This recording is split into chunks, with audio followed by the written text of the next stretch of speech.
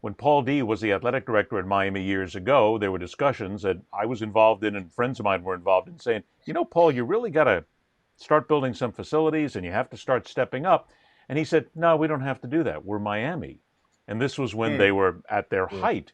So are we not Yeah. reaching a point right now where if you look at Miami, the reason why they got a Mario Cristobal is because Mario said to them, you either open the checkbook or I'm not coming. I mean, that's the end of the story. You have to give me the money to do it.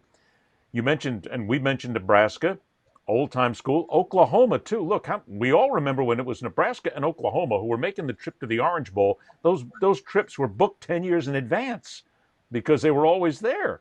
But we don't hear Right. much about Oklahoma and Nebraska anymore because it's a lot of the old powers who have said, no, we're big, we're bad, we don't have to spend the money.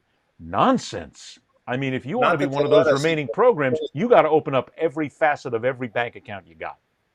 but they And they we were, don't. we They're were, not letting us we, have facilities. Part of it's COVID, but at the same time, I know the last time I was in many locker rooms, the quality of locker rooms and practice facility that they use is so important in recruiting in college football, college basketball, college baseball these days. That when you walk a guy through there who's 17 years old and you show him that, and it looks like a professional situation versus, hey, it's a locker room and here's your locker and here's where we practice. I mean, it turns a lot of guys' heads immediately. And you're right. That's where the money's got to be spent because I mean, have you been in the Florida practice basketball locker room?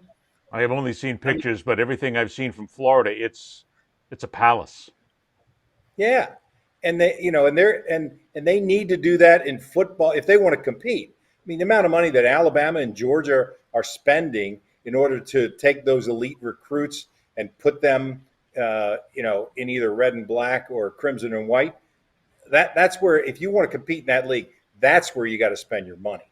You've got to recruit, and how you recruit young guys these days is to have those amenities that a lot of them have never even seen before, let alone ever been in.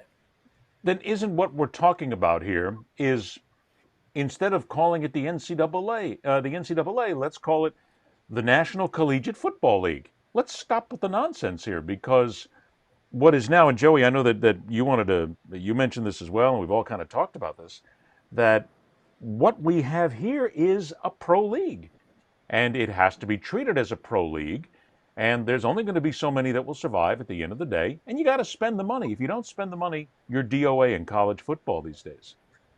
that's exactly right. And you talk to anybody in the SEC or the ACC, it's all about you don't concentrate on what you've got because everybody's got that. You're after what you don't have, and you want to get bigger and better and grander, and everything is at warp speed. And it's never enough for a college football coach to come into a major program. They've always got to have more, more, more.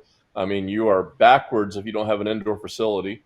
You're backwards if you don't have a palace, offices and operations and all of that. All the major programs, or most of them, have that now. So yeah, that is what Mario Cristobal will be pushing for sure in Miami, which can't just rely on the fact that it's Miami. It's been nearly 2 decades since they joined the ACC. That a whole generation has grown up with no recognition of what Miami used to be, and could care less.